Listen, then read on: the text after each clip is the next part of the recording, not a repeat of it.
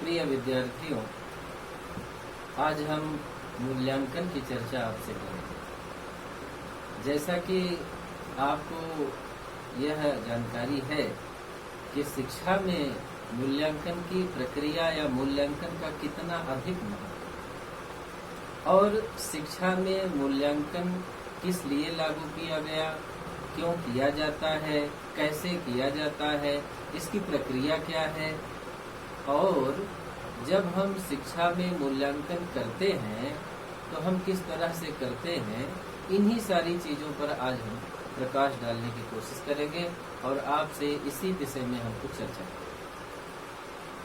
जब हम मूल्यांकन की बात करते हैं तो मूल्यांकन प्रत्येक क्षेत्र में किया जाता है, और प्रत्येक क्षेत्र में मूल्यांकन क्यों किया जाता है, क्योंकि उसकी गुणवत्ता क्या है, उसकी प्रगति क्या है, उससे आने वाला जो इनपुट है वह क्या है, किस तरह से है, हम और किस तरह से परिष्कार चाहते हैं, इन्हीं सारी चीजों पर मूल्यांकन किया जाता है।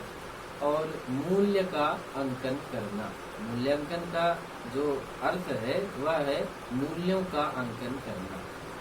तो मूल्यों का अंकन करना, इसका तात्पर्य यह है कि जैसे हमारी शिक्षा व्यवस्था में पहले मूल्यांकन की क्या स्थिति थी, जैसे साल भर में एक बार, वर्ष में एक बार मूल्यांकन किया जाता था और फिर अंतिम में परीक्षा ले लिया जाता था, वही उसका लास्ट अंतिम मूल्यांकन हो जाता था।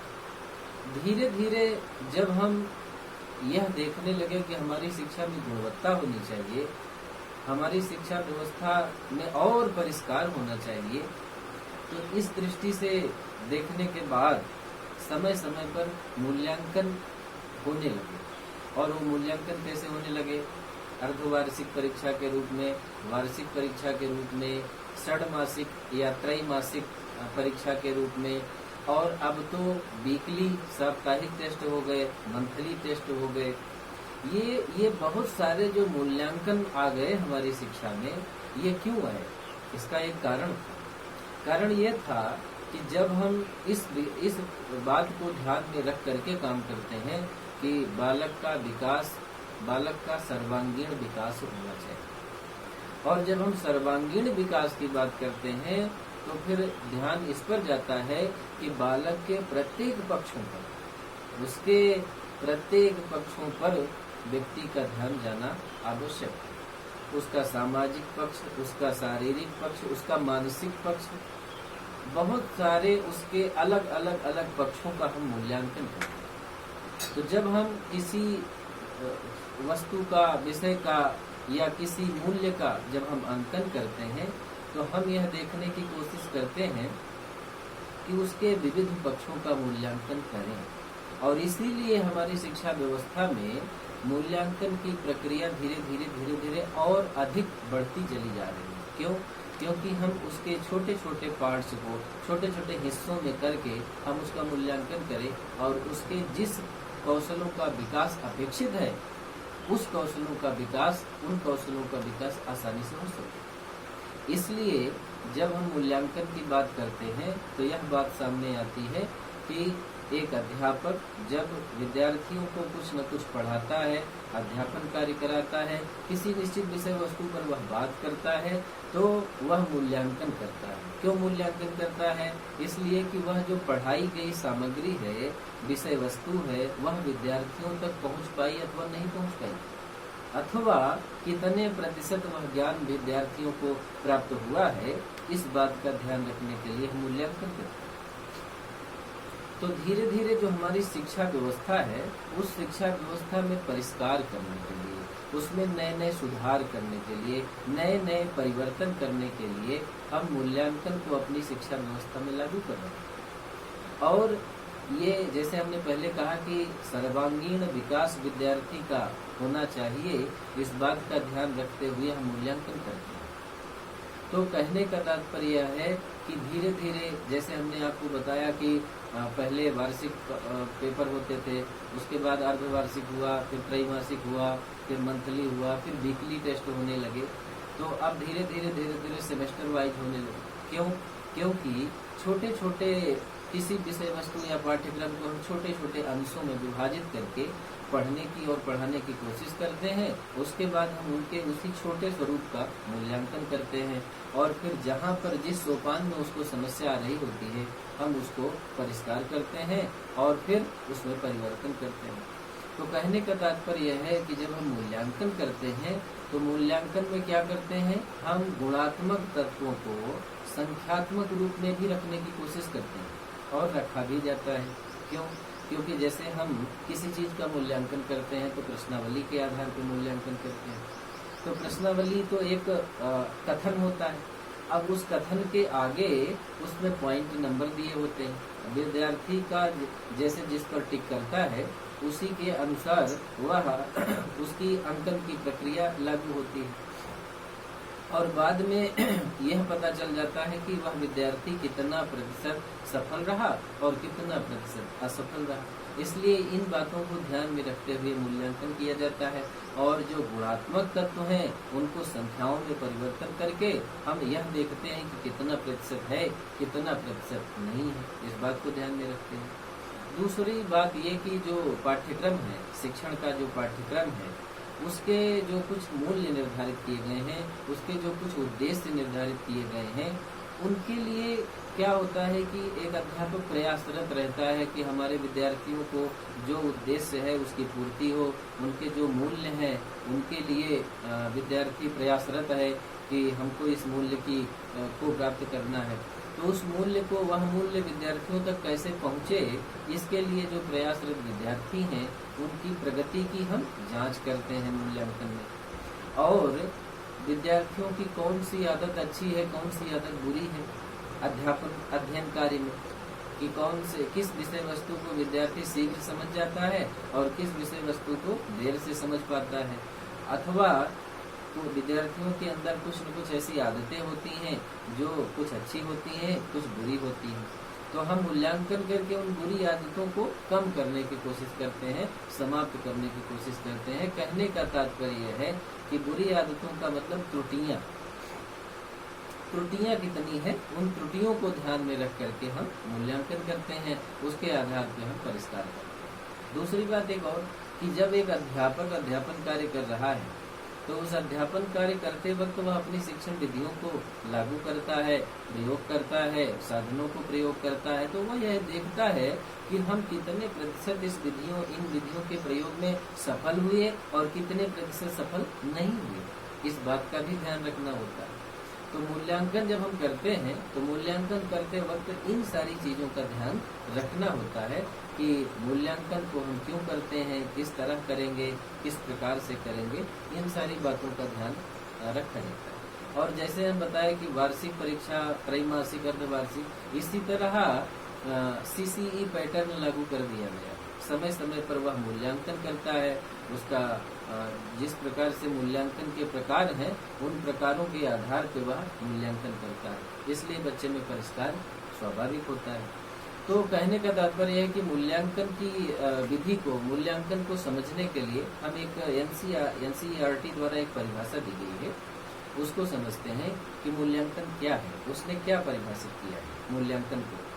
तो NCERT ने यह कहा कि मूल्यांकन एक प्रक्रिया है जिसके द्वारा यह ज्ञात किया जाता है कि उद्देश्य किस सीमा तक प्राप्त हुए हैं और अधिगम अनुभव कहाँ तक प्रभावशाली सिद्ध हुए हैं और कहाँ तक शिक्षा के उद्देश्य पूर्ण किए गए हैं।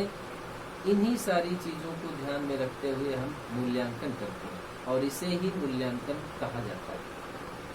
तो सबसे पहली बात यह कि मूल्यांकन एक प्रक्रिया है और उसके तहत यह ज्ञात किया जाता है कि उद्देश्य किस सीमा तक प्राप्त हुए हैं, अधिगम अनुभव कहाँ तक प्रभावशाली सिद्ध हुए हैं और कहाँ तक शिक्षा के उद्देश्य पूर्ण किए गए हैं। इस बात को ध्यान में रखना होता है जब हम मूल्यांकन करते हैं। अच्छा, इस मूल्यांकन की आवश्यकता क्या पड़ी, क्यों हम इसको मूल्यांकन की दृष्टि से अथवा किसी भी विषय वस्तु का हम मूल्यांकन क्यों करते हैं, इसकी आवश्यकता क्यों पड़ी। तो इसकी आवश्यकता इसलिए पड़ी कि जो शैक्षिक प्रक्रिया है, उसकी गतिविधियां हैं, उसकी जो क्रियाएं हैं और सीखने की जो परिस्थितियां हैं, पाठ्यक्रम, छात्र और शिक्षक सभी का प्रत्येक स्तर पर मूल्यांकन किया जाए, इसलिए इसकी आवश्यकता है।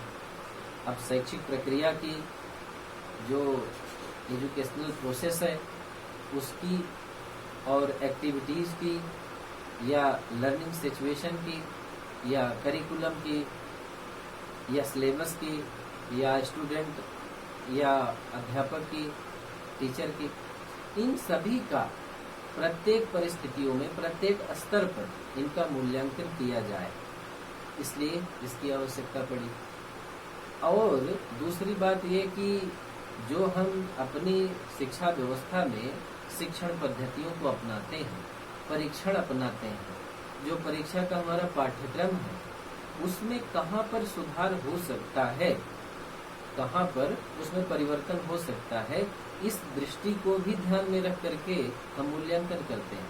और शिक्षण में परिष्कार की कहाँ आवश्यकता है, परीक्षण में कहाँ परिष्कार की आवश्यकता है, परीक्षा में कहाँ आवश्यकता है, पाठ्यक्रम में कहाँ पर आवश्यक परिवर्तन किए जा सकते हैं, इन सारी चीजों को ध्यान में रख करके हम ये कहते हैं कि हमको इन इन क्षेत्रों में आवश्यकता पड़ती है, इसीलिए हम मूल्यांकन करते हैं और इसीलिए मूल्यांकन की आवश्यकता पड़ती है। दूसरी बात ये कि हम असफल, अवगुण अथवा गुण, अवगुण एवं असफलता, इन सारी चीजों का ज्ञान हमको कैसे हो, कैसे प्राप्त हो कि हम इसमें असफल हुए या हमारे शिक्षण प्रणाली में या शिक्षण में यह अवगुण है, इसको कैसे दूर किया जाए, कैसे परिष्कार किया जाए, असफलता कहाँ पर हो रही है, अध्यापन में कहाँ पर त्रुटियां हो रही हैं, इन सारी चीज़ों को का ज्ञान करने की आवश्यकता थी, इसलिए इसकी आवश्यकता पड़ी, इसकी मूल्यांकन। तो कहने का तात्पर्य है कि जब हम अपनी जो शिक्षण की नीतियां हैं उन नीतियों में बदलाव चाहते हैं, उन नीतियों में परिवर्तन चाहते हैं और शिक्षण की नीतियों में या कार्य में जो संभव परिवर्तन है, जो परिवर्तन हो सकते हैं, यह मूल्यांकन उसकी ओर संकेत करता है कि जब हम शिक्षण की नीतियों में परिवर्तन करना चाहते हैं, जैसे शिक्षण की कुछ नीतियां हैं, उन नीतियों में बहुत पुरानी नीतियां हैं, उसके आधार पे अगर आज शिक्षण किया जाए तो हमारा शिक्षण प्रभावशाली नहीं होगा, इसलिए हम मूल्यांकन करने के बाद शिक्षण की नीतियों में परिवर्तन कर देते हैं। उसके साथ साथ जो संभव परिवर्तन होते हैं, जहाँ पर परिवर्तन संभव है कि यहाँ पर परिवर्तन किया जा सकता है, वहाँ पर हम परिवर्तन करते हैं। तो इन सारी चीज़ों की ओर यह मूल्यांकन इशारा करता है, संकेत करता है कि यहाँ पर मूल्यांकन करने के बाद परिष्कार अपेक्षित है। उसके बाद विद्यार्थियों की योग्यता क्या है, उनकी रुचि क्या है, विद्यार्थियों की योग्यता में आवश्यकता कहाँ है, कहाँ मूल्यांकन किया जा सकता है, उसकी रुचि कैसी है, उसमें कैसा परिवर्तन किया जा सकता है, व्यावसायिक मूल्यांकन कैसे किया जा सकता है, और भविष्य की योजना जो बनाई जाती है उसमें मूल्यांकन सहायक होता है। जैसे कोई एक विद्यार्थी है, वह योग्यता, उसकी योग्यता के बारे में जब तक हम मूल्यांकन नहीं करेंगे तब तक हम उसमें अपेक्षित परिवर्तन नहीं ला सकते। उसकी रुचियों में कि वह किस विषय में रुचि रखता है, किस विषय में नहीं रुचि रखता है, इस बात को ध्यान में रख करके हम मूल्यांकन करते हैं। मूल्यांकन के बाद जो निर्णय आता है, उस निर्णय के बाद हम ये कहते हैं कि आप इस क्षेत्र में काम करेंगे तो आपको सफलता मिलेगी। तो हम किस आधार पर कर रहे हैं, हम मूल्यांकन कर रहे हैं। और भविष्य की योजना क्या होगी, वह विद्यार्थी किस तरह का भविष्य में हो सकता है, किस क्षेत्र में जाने की उसकी रुचि है, यह एक अध्यापक मूल्यांकन करने के बाद बता सकता है। तो भविष्य का वक्ता अथवा भविष्य की ओर जो क्या योजना हो सकती है उसकी ओर यह इशारा करता है। तो हम मूल्यांकन की आवश्यकता हमें कहाँ पड़ी, क्यों पड़ी, किस लिए आवश्यकता पड़ी, उसके बारे में हम आपसे चर्चा कर रहे हैं। दूसरी बात एक और कि जब हम आवश्यकता की बात करते हैं तो आवश्यकता के बाद इसका महत्व क्या है, मूल्यांकन का महत्व क्या है। तो मूल्यांकन का महत्व जैसे हम बात करते हैं कि प्रत्येक वस्तु का अपना महत्व होता है, उसकी अपनी प्रकृति होती है, उसकी अपनी अलग विशेषता होती है, तो उसीलिए इस शिक्षा में मूल्यांकन का क्या महत्व है? तो सबसे पहली बात यह है कि निहित योग्यताओं का ज्ञान। इसका महत्व क्या है? जो व्यक्ति का, छात्र का, विद्यार्थी का हम सर्वांगीण विकास करने की कोशिश करते हैं। तो सर्वांगीण विकास करने की कोशिश करते हैं तो यह ज्ञान भी प्राप्त करते हैं कि उस विद्यार्थी में निहित कौन सा ऐसा ज्ञान है, उसमें कौन सी योग्यता है, हम उसकी पहचान करते हैं। शारीरिक मानसिक विकास के रूप में, शारीरिक विकास के रूप में, क्योंकि जब हम सर्वांगीण पक्ष की बात करते हैं तो उसमें शारीरिक भी, मानसिक भी, सामाजिक पक्ष भी सभी आ जाते हैं। और विद्यार्थी ज्ञान, बोध, प्रयोग, विश्लेषण, संश्लेषण आदि योग्यताओं के बारे में ज्ञान रखता है कि नहीं रखता है, इसके लिए इसका महत्व। दूसरी बात ये कि उद्देश्य प्राप्ति की सीमा का ज्ञान किया जाता है। अब उद्देश्य प्राप्ति, जैसे एक अध्यापक ने एक उद्देश्य बनाया कि विद्यार्थियों को हम यह शब्द अथवा इन अशुद्धियों के बारे में सही ज्ञान दे देंगे। अब हम देख रहे हैं कि हम किस सीमा तक हमारे उद्देश्य की पूर्ति हो रही है या नहीं हो रही है। विद्यार्थियों तक वह ज्ञान कहाँ तक प्राप्त हो रहा है, कहाँ तक नहीं प्राप्त हो रहा है, कहाँ तक हमारे उद्देश्य की पूर्ति हो रही है, कहाँ तक नहीं हो रही है, इस बात का हम ध्यान रखते हैं। तो किस हद तक, किस सीमा तक ज्ञान की प्राप्ति हुई है, हम इसलिए इसका महत्व बतलाते हैं। और इसका महत्व क्यों है? इसलिए महत्व है कि विद्यार्थियों की उपलब्धियों का ज्ञान प्राप्त होता है। विद्यार्थियों की उपलब्धि का ज्ञान प्राप्त कैसे होता है? जैसे अब व्यवस्थित और अनियोजित प्रयास हैं, वह हमारे उद्देश्य को सफल नहीं बनाते। जब हम अव्यवस्थित रहेंगे अथवा अनियोजित रहेंगे, प्लान से रहित रहेंगे, तो हम जिन जिन उद्देश्यों की पूर्ति करने की बात करते हैं नहीं कर पाएंगे। इसलिए हमको व्यवस्थित और सुनियोजित प्रयास करना चाहिए। और जब हम व्यवस्थित और सुनियोजित प्रयास करेंगे तो हमारे शिक्षण में परिवर्तन और उसमें अपेक्षित सुधार हो सकते हैं। जैसे हम उपलब्धि के ज्ञान की बात करते हैं तो उपलब्धियों का ज्ञान कैसे होगा? हम मौखिक तरीके से विद्यार्थियों की उपलब्धि का ज्ञान करेंगे और लिखित तरीके से भी विद्यार्थियों की उपलब्धि का ज्ञान करेंगे। मौखिक रूप से हम उनसे बात करेंगे, प्रश्न पूछेंगे, साक्षात्कार ले लेंगे। लेकिन लिखित तरीके से जब हम पूछेंगे तो उनसे प्रश्न बना के देंगे, वस्तुनिष्ठ, आत्मनिष्ठ, निबंधात्मक, लघुत्तरीय, दीर्घोत्तरीय, बहुत सारे प्रश्नों के माध्यम से हम विद्यार्थियों की उपलब्धि का ज्ञान प्राप्त कर लेते हैं। इसलिए इसका महत्व। शिक्षण के परिवर्तन तथा अपेक्षित सुधार की बात हम करते हैं तो शिक्षण में परिवर्तन कहाँ हो सकता है? वही जब हम बात कर रहे थे कि अव्यवस्थित और अनियोजित जो हम प्रयास करते हैं उससे हमारे उद्देश्य की पूर्ति नहीं होती। इसलिए जब हम सुनियोजित और व्यवस्थित तरीके से प्रयास करेंगे तो हमारे शिक्षण में कहाँ पर परिवर्तन होना आवश्यक है, हम वहाँ पर अपेक्षित सुधार करते हैं। इसलिए भी इसका महत्व। और दूसरी बात ये है कि विद्यार्थियों को अभिप्रेरित करना, मोटिवेट करना और निर्देश देना। विद्यार्थियों को निर्देश कैसे देना है, विद्यार्थियों को अभिप्रेरित कैसे करना है। और सफल विद्यार्थियों को, जैसे कोई विद्यार्थी ऐसा है कि जब हम उसका मूल्यांकन करते हैं, उसकी उपलब्धि का ज्ञान करते हैं और उसको यह बताते हैं कि आपका अंक बहुत अच्छा है, शाबाश, बहुत अच्छे, आपने बहुत अच्छा कार्य किया है, तो उस समय उसके मन में अभिप्रेरणा प्राप्त होगी कि हाँ, मेरा काम सही है, इसीलिए हमको यह मिल रहा है, अभिप्रेरणा स्रोत मिल रहा है। उसके बाद वह और अधिक काम करने की कोशिश करेगा। लेकिन धीरे धीरे क्या होगा, अगर असफल है, अगर वह अंक की प्राप्ति कर रहा है, असफल हो रहा है, तो फिर उसमें हतोत्साहित हो जाता है वह विद्यार्थी। इसलिए हतोत्साहित न हो करके उसको सही निर्देशन देना चाहिए, उचित निर्देशन देना चाहिए। जब हम उचित निर्देशन देंगे और उचित अभिप्रेरणा प्रदान करेंगे तो हमारा विद्यार्थी भी और आगे बढ़ेगा। त्रुटियों में जहाँ पर लग रहा है कि यहाँ त्रुटियाँ हैं, वहाँ हम परिष्कार कर सकते हैं। तो इसलिए भी इस मूल्यांकन की का महत्व। और जब मूल्यांकन के महत्व के बारे में हम बात कर रहे थे, तो हम मूल्यांकन की परिभाषा देख रहे हैं, मूल्यांकन की विशेषताएं देख रहे हैं, मूल्यांकन का महत्व देख रहे हैं, और इसके बाद हम मूल्यांकन के उद्देश्य क्या होते हैं उस पर हम चर्चा करेंगे। तब तक के लिए धन्यवाद।